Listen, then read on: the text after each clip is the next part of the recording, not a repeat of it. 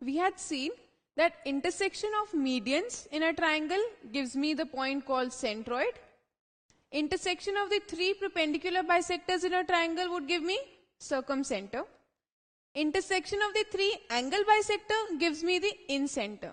Now, apart from these three centers, there's one more center which is defined as orthocenter, and we say that orthocenter is nothing but the point which we get when altitudes intersect.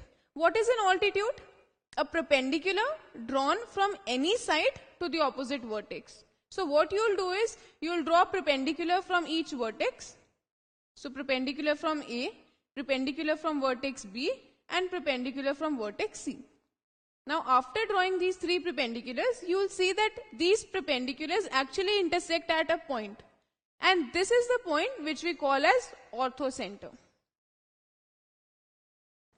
Orthocenter in a triangle need not necessarily be inside the triangle. Let us look at this. This is a right triangle. Here what you see, that this is actually the point which we call as orthocenter.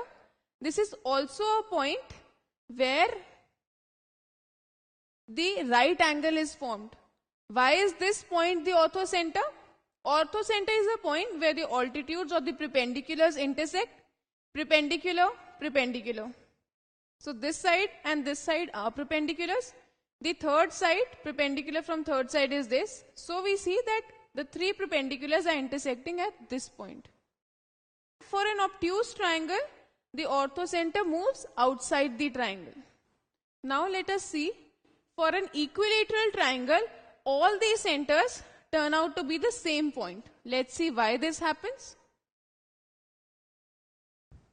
So first let's see centroid. Centroid is the intersection of which points? The medians. And the median is the line joining the vertex to the midpoint. So this is the midpoint of BC. Let's call this point as P. Since this is the midpoint, these two sides are equal. Again, this is the midpoint. Let's call this Q. And this is the midpoint. Let's call this R. So line joining the midpoint to the opposite vertex, the median, is the median. And all of them are intersecting at point D. So centroid becomes point D. Now let's look at the circumcenter. What is the circumcenter? This is the point which we get by intersection of the perpendicular bisectors. Now let's look at the perpendicular bisectors. The median not just bisects the line segment BC, but is also perpendicular to it. So the median is perpendicular and is bisecting. This joins the midpoint, so it's bisecting, but this is perpendicular as well.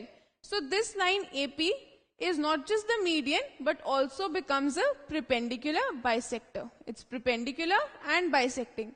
Similarly, the other medians in an equilateral triangle, the median is also a perpendicular bisector. Hence, the intersection of the medians, which is point D, the centroid, is the same as intersection of perpendicular bisectors. These three are actually the perpendicular bisectors also. So the perpendicular bisectors also intersecting at this point D. I can say the circumcenter is also point D. Now let us look at incenter. Now, for an equilateral triangle, this perpendicular bisector is perpendicular, bisecting the sides, but it is also bisecting the angle. So these three lines again are angle bisectors too.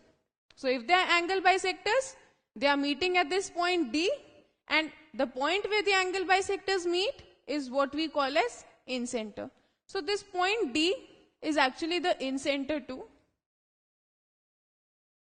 Now let's look at this, which is the orthocenter. So how do we get the orthocenter? The point of intersection of the altitudes. So let us find the altitudes. If BC is the base, altitude would be perpendicular from the opposite vertex. So if I draw a perpendicular from A, then in an equilateral triangle, in this case, what we see is the perpendicular turns out to be this line AP only. So AP is the perpendicular. Again, Now BQ is the perpendicular drawn from vertex B to the opposite side, and if I draw perpendicular from C to the opposite side, I get CR. So in an equilateral triangle, these perpendicular bisectors are not just bisecting the side, but this perpendicular bisector is also perpendicular, or you can say is the height, altitude of the triangle. So altitude of the triangle is equal to the perpendicular bisector also, only in the case of equilateral triangles here. So orthocenter turns out to be this point D itself, because the perpendiculars from each vertex are intersecting at this point D. So orthocenter also turns out to be D. So we've seen in an equilateral triangle, the centroid is point D, the circumcenter is point D, incenter is point D, and orthocenter too turns out to be point D. So for an equilateral triangle, all the centers are the same point D.